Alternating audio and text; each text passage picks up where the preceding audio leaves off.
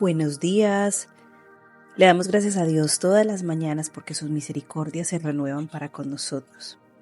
Continuamos nuestro estudio bíblico, nuestra lectura diaria, capítulo a capítulo de la palabra de Dios. Nos encontramos en el libro de Hechos. Hechos de los Apóstoles relata las vivencias, el testimonio de los apóstoles en el inicio, en la iglesia primitiva, en la formación de la iglesia, después de que Jesús resucita y va al cielo con el Padre.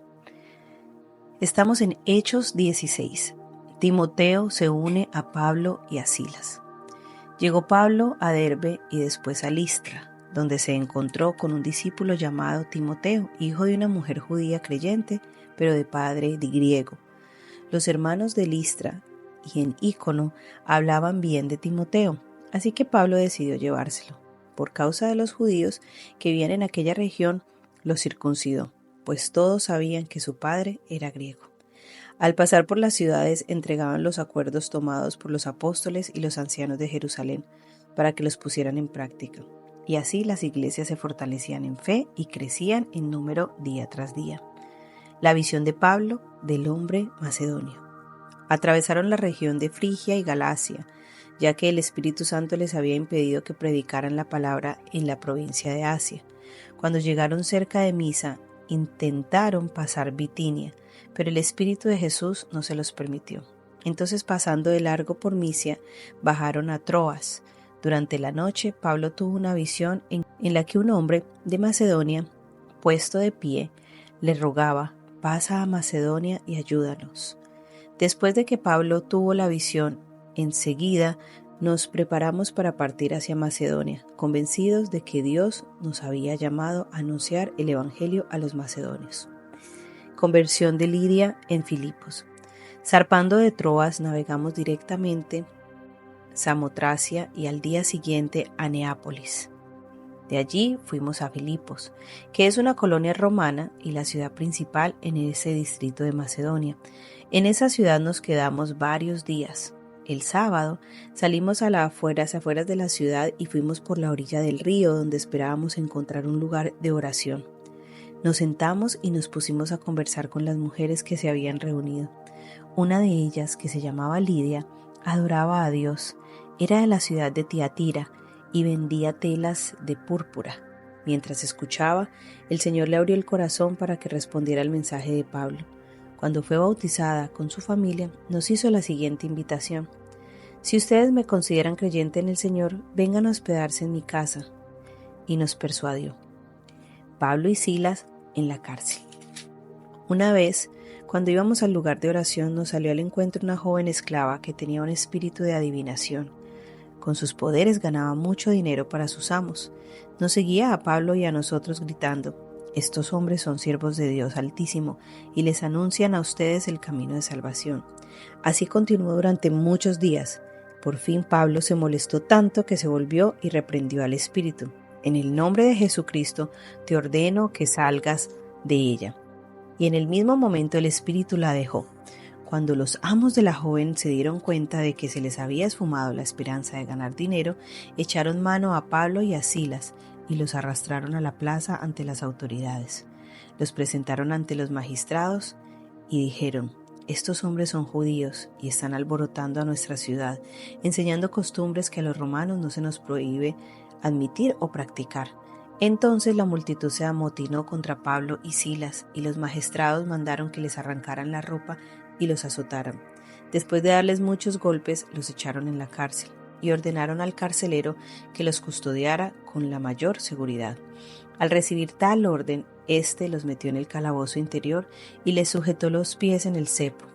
A eso de la medianoche, Pablo y Silas se pusieron a orar y a cantar himnos a Dios, y a los presos los escuchaban.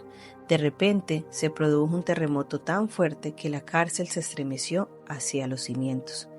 Al instante se abrieron todas las puertas y a los presos se les soltaron las cadenas. El carcelero despertó y al ver las puertas de la cárcel de par en par, sacó la espada y estuvo a punto de matarse, porque pensaba que los presos se habían escapado. Pero Pablo le gritó: «No te hagas ningún daño, todos estamos aquí». El carcelero pidió luz. Entró precipitadamente y se echó temblando a los pies de Pablo y de Silas. Luego los sacó y les preguntó: Señores, ¿qué tengo que hacer para ser salvo? Cree en el Señor Jesús, así tú y tu familia serán salvos, le contestaron. Luego les expusieron la palabra de Dios a él y a todos los demás que estaban en su casa. A esas horas de la noche el carcelero los llevó y les lavó las heridas. Enseguida fueron bautizados él y toda su familia. El carcelero los llevó a su casa, les sirvió comida y se alegró mucho junto con toda su familia por haber creído en Dios. Al amanecer, los magistrados mandaron a unos guardias al carcelero con esta orden: suelta a esos hombres. El carcelero entonces le informó a Pablo: los magistrados han ordenado que lo suelte, así que pueden irse. Vayan en paz.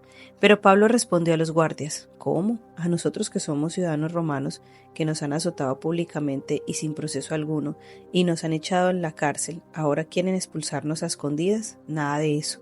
Que vengan ellos personalmente a escoltarnos hasta la salida. Los guardias comunicaron la respuesta a los magistrados. Estos se asustaron cuando oyeron que Pablo y Sila eran ciudadanos romanos, así que fueron a presentarles sus disculpas. Los escoltaron desde la cárcel, pidiéndoles que se fueran de la ciudad. Al salir de la cárcel, Pablo y Silas se dirigieron a la casa de Lidia, donde se vieron con los hermanos y los animaron. Después se fueron. La reflexión de hoy es acerca de una pregunta que quiero que todos se hagan, porque la hice cuando leí estos pasajes. ¿Qué tengo que hacer? ¿Acaso puede ser tan simple? En un mundo que se vuelve cada vez más complejo, ¿sigue siendo el mensaje de Cristo suficiente sencillo para que incluso un niño lo comprenda? La respuesta es un resonante sí. Cuando el carcelero se da cuenta que las puertas de la cárcel están abiertas de par en par, saca su espada y está a punto de clavársela. Está en la máxima desesperación que puede tener un ser humano por las consecuencias que recibirá si sus jefes se dan cuenta que todos los presos se escaparon. Él sabe cuál es la pena para un guardia romano que permite que se escapen sus prisioneros. Es la muerte. Pero desde la oscuridad sale una voz: no te hagas ningún daño, todos estamos aquí. Él, sacudido por el terremoto y por su propio roce con la muerte, el carcelero eleva un clamor y una pregunta que le hace falta para tener la fe que ha permitido que esta banda perseguida de misioneros no solo cante mientras están encarcelados, sino que también extiendan gracia al que los ha mantenido cautivos.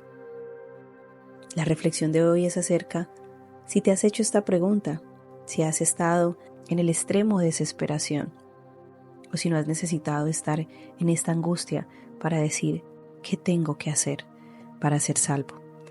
La respuesta: no se le exige que cumpla alguna lista de lo que se debe o no se debe hacer.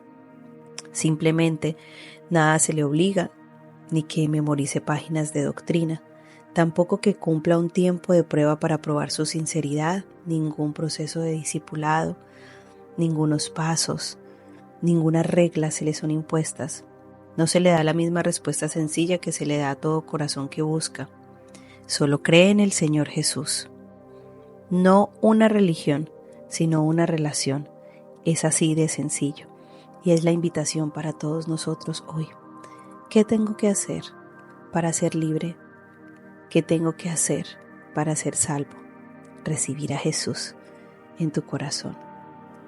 Invitarlo a que Él sea el que lidera y controla tu mente, y que su Santo Espíritu more en ti y te ayude a crecer en su fruto. Padre, te damos gracias por esta pregunta que hoy nos hacemos. ¿Qué tenemos que hacer? Por fe, es sencillo, y hoy declaramos y te pedimos que nuestra fe se aumente, que el leer de tu palabra, el escucharla, el meditar en ella, el estar haciendo este devocional, buscarte, produzca ese fruto, produzca ese crecimiento, pero sobre todo produzca conocerte y poder estar en intimidad contigo. Señor, esta mañana te pedimos, dándote gracias, te pedimos por esas necesidades que tú sabes más que nosotros necesitamos. Esas carencias que tenemos, que muchas veces se nos dificulta reconocer. Padre, hoy te pedimos que tú las reveles por medio de la lectura de este pasaje y de este capítulo. Gracias, Señor, porque tú vas delante de nosotros, tú abres puertas, cierras aquellas que no nos convienen, nos cuidas y nos proteges. Eres nuestro Padre Celestial y te amamos y te bendecimos. Gracias, Señor. En el nombre de Jesús. Amén.